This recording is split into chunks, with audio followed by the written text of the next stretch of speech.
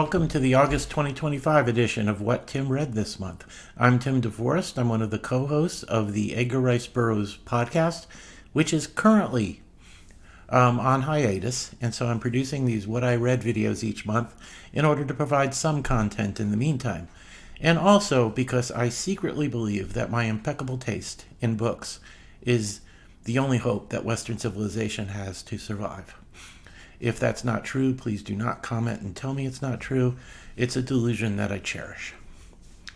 So, what did I read this month? I actually managed to get quite a bit of reading done this month. The first book I finished in August is World Without End by Joe Haldeman. This is the second of two Star Trek novels that were written in the late 70s by the noted science fiction author. And I enjoyed both these novels enormously. And in afterward, Haldeman admits that he educated himself on the series mostly through James Blish's short story adaptations of the original series episodes.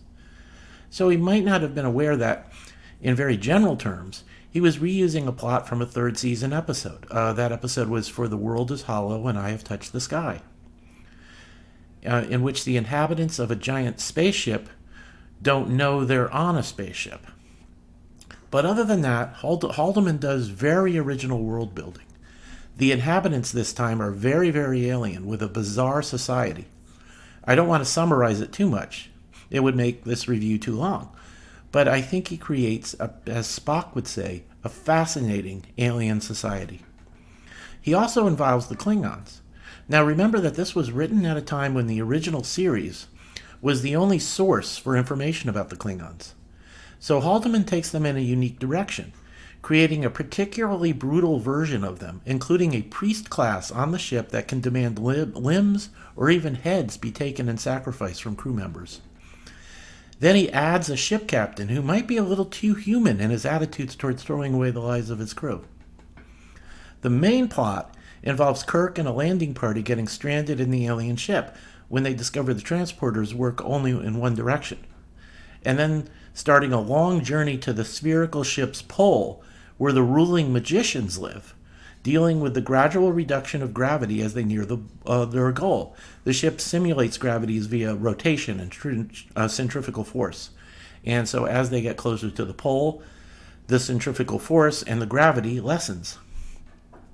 In the meantime, the Enterprise is trapped near the alien ship, with its power being drained. Haldeman does a great job of catching the personalities of Kirk and Spock and the other Enterprise crew.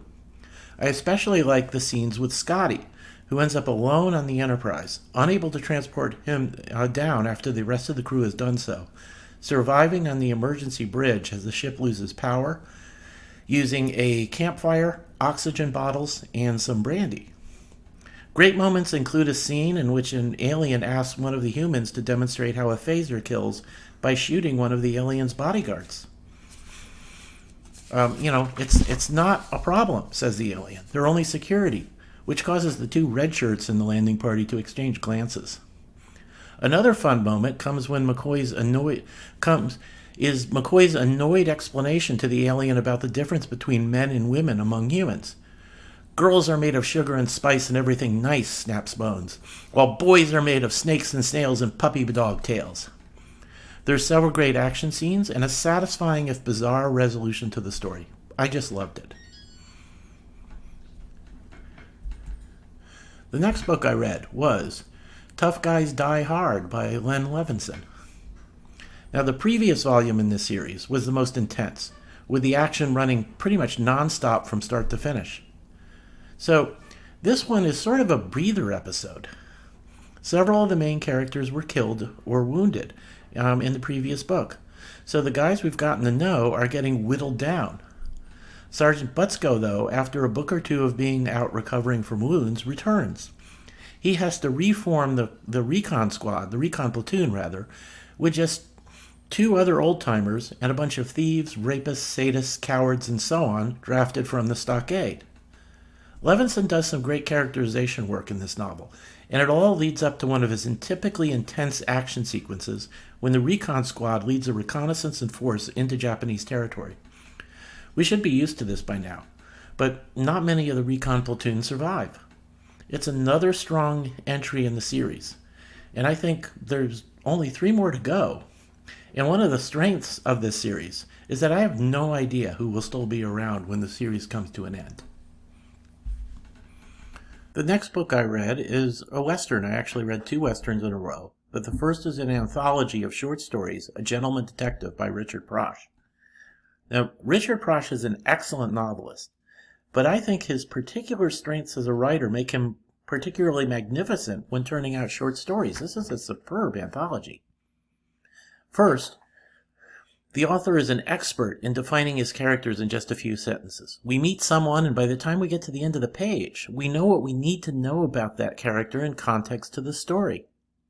Heck, in one story, Richard introduces a character who immediately got shot. I was getting ready to send him an angry message over Facebook, asking why he had done this to someone I liked, and I'd only known the guy for maybe 2 paragraphs. He can also set the scene quickly, effortlessly telling us whatever we need to know about a story's location, and, as is necessary in several cases, the weather. He's also great at plot twists.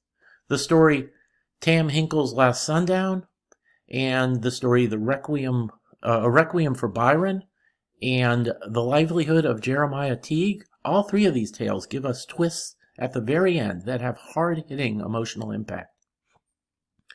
All of the stories are Westerns, but there's a lot of variety to the plots and the themes. Several are quiet character dramas. Several involve foiling outlaws in clever ways. One of them is a Sherlock Holmes-style detective story with a fantastic extra twist at the end. C, as in Civilized, is a tale about a town surviving a Nebraska blizzard. Another story involves transporting a sculpture made of butter to a town fair before it melts. The aforementioned Jeremiah Teague felt like a Twilight Zone episode in the best possible way. When you read it, imagine the character actor John Dehner as Teague. He would have been perfect for that role. Hard Times for the Vanilla Cream Kid reminded me of O. Henry, once again in the best possible way. It also has the best title in the anthology. I liked every story here and outright love several of them. This is a great book. The other Western I read, without planning to, I read 2 Westerns in a row, is High Saddle by William Hopson. And this book is based on a couple of old Western tropes. The protagonist was captured as a child by Apaches and raised by them, only to be later rescued and returned to his family. So he no longer feels a part of either culture. There's also a last stand situation, with enemies forced to team up to survive against a band of Apaches. But the author uses taut prose, well-described action, and several unexpected and brutal plot twists to give life to these cliches. This is a fun and fast-moving novel. Next, I read A Gallery of Thieves by Kevin McGarry. Lady Penelope, A Gallery of Thieves, I should say. This is the 6th of 10 tie-in novels to the classic Supermarionation series Thunderbirds. And it's the 2nd of 3 that concentrate on International Rescue's beautiful but dangerous agent Lady Penelope and her chauffeur, the ex-burglar Parker. In this one, they are still battling the villain from the previous novel. This is Mr. Steelman, who builds nigh invulnerable robots to work as his henchmen. This time, Steelman is stealing priceless paintings from around the world, then ransoming them back to the various national art galleries from which he stole them. He also wants revenge on Penelope, who spoiled his plans in the previous novel. So the novel starts out with the hypnotized Parker kidnapping her. But Parker breaks free from this influence in time to pull off an escape, along with Penelope and another agent. They then team up with an art gallery director to run down Steelman and recover the stolen paintings. At one point, this involves using a portable hologram projector to convince Steelman's human guards that the house they're staying at is haunted. It's a fun novel. It's structured better than the previous Lady P entry, while moving the story along briskly. There are captures, escapes, occasional explosions, and a fair dose of witty banter. Steelman is an effective villain, and the supporting characters are given strong personalities. This is a fun addition to the Thunderbirds universe. Next, I read The Dog Who Knew Too Much by Spencer and Quinn, a Chet and Bernie mystery. This is the fourth in this series, and as I read through this series, I think each one is a little better than the previous book in the series. This is an author who's really improving as he went along, and the first book was excellent. So it just shows you just how high quality this particular series is getting to be. Bernie Little is a PI, and his dog Chet is the narrator of each book. This time they're tracking down a missing boy who vanished while on a wilderness hike. There's soon evidence that the boy did not simply get lost in the woods. Bernie follows clues and Chet sniffs out trails, which leads to discovering the body of a man who might have been involved in the disappearance. This is quickly followed by Bernie's arrest for murder by the local and blatantly dishonest sheriff. Bernie's reporter girlfriend Susie enters the stories, following up clues on her own and getting Bernie out of prison. But the boy is still missing, and someone blows up Bernie's beloved Porsche. Bernie, Susie, and Chet need to stay alive, rescue a child, and bring down the particularly loathsome villains. Bernie's a good detective, though. He's well able to look after himself. But it's nice to have a dog at his side who can help bring down a perp when necessary. Because Chet is a very loyal and very big dog. As is always the case, Chet's narration adds humor and heart to the otherwise hard-boiled story. We see and hear what Chet hears, and though the poor dog might not himself know what's going on, we're able to experience the story through him. And his love for Bernie and his absolute trust in Bernie is the perfect representation of what it's like for a dog to have a loving owner. In return, it's made clear that Chet is key to helping Bernie deal with his PTSD that he has from the Iraqi War. The two make a great team, and though Chet never really has any idea what's going on, he's Bernie's perfect partner. Now, as usual, I'm always going through at least one anthology, reading, a short story or two between novels in order to, as I arrogantly phrase it, cleanse my literary palate. And this month I finished one of those anthologies, Adventure on Other Planets, edited by Donald A. Wollheim.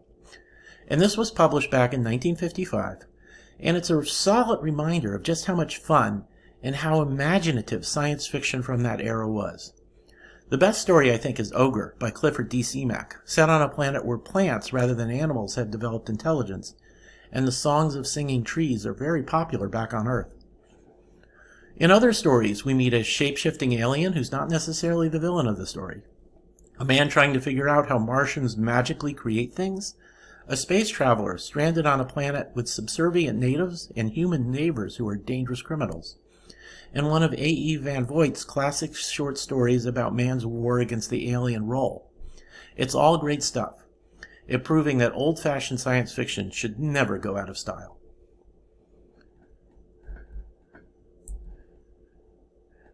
The epic collection of Master of Kung Fu, this is actually volume 1, so it's the first year or so of the Master of Kung Fu series from the 1970s.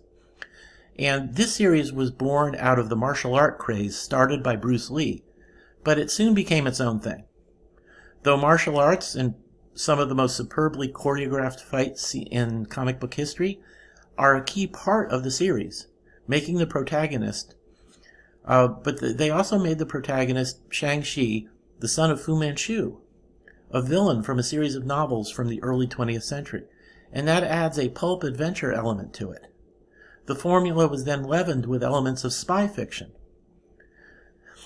And of course, it's set firmly within a comic book universe. Shang-Chi didn't often interact with other Marvel superheroes, but it was always great fun when he did. This volume, for instance, includes his guest appearance in giant-sized Spider-Man #2, which is absolutely epic. Anyone who loves great comic books should read that particular one. And it means things like suits of armor that are actually killer robots. It just fits into a Shang-Chi story quite naturally. So we have a mixture of genres. We have a mixture of the genres of martial arts, pulp adventure, spy stories, and superheroes, all supported by strong writing and strong art. There are moments when Shang-Chi's philosophical musings are strained. For instance, once when he's in a big city, it was either Miami or New York, I don't remember, someone asks him why he isn't wearing shoes, and he replies that the concrete already separates him from the natural earth, and why would he make that even worse? and the person he's speaking to seems flummoxed by this supposed pearl of wisdom. But for gosh sakes, Shang, you're in a big modern city. There's broken glass and garbage and drug needles all over the place. Buy a pair of shoes. But that's really a nitpick. In general, Shang and the supporting cast are great characters, and it's fun to read these stories in order again. Next, Lady, I Did It, part of the 87th Precinct novel series by Ed McBain, the almost hands down, probably the best police procedural series that's ever been produced. This is, I'm going to say, the 13th or 14th of them. I can't remember which one. I am rereading them in order while listening to a podcast I stumbled across that discusses each novel in detail. In this one, 4 people are gunned down in a bookshop. One of them has a close connection to a detective in the 87th Precinct, so all the detectives take a personal interest in the case. The theory is that only one of the victims was the killer's target, so the family and friends and colleagues of all of them have to be tracked down and questioned. I enjoy the way that McBain drops the main clue into the story very casually, making for a nice twist at the end when the detectives finally tumble to that clue. I don't think this is my absolutely favorite 87th Precinct book, but that's just because I'm comparing it to other superbly written books in the same series. There's no such thing as a bad 87th Precinct novel.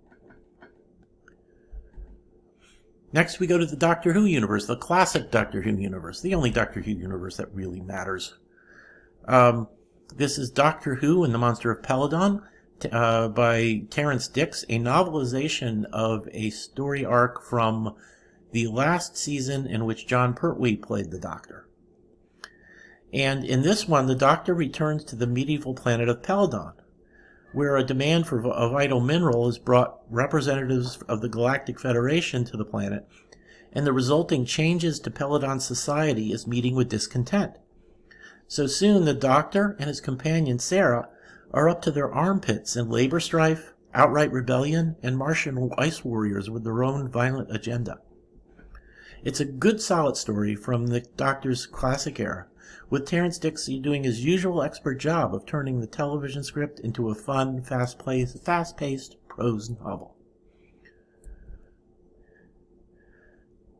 The next book, we're back to Davy Crockett, the third in this series of Davy Crockett novels.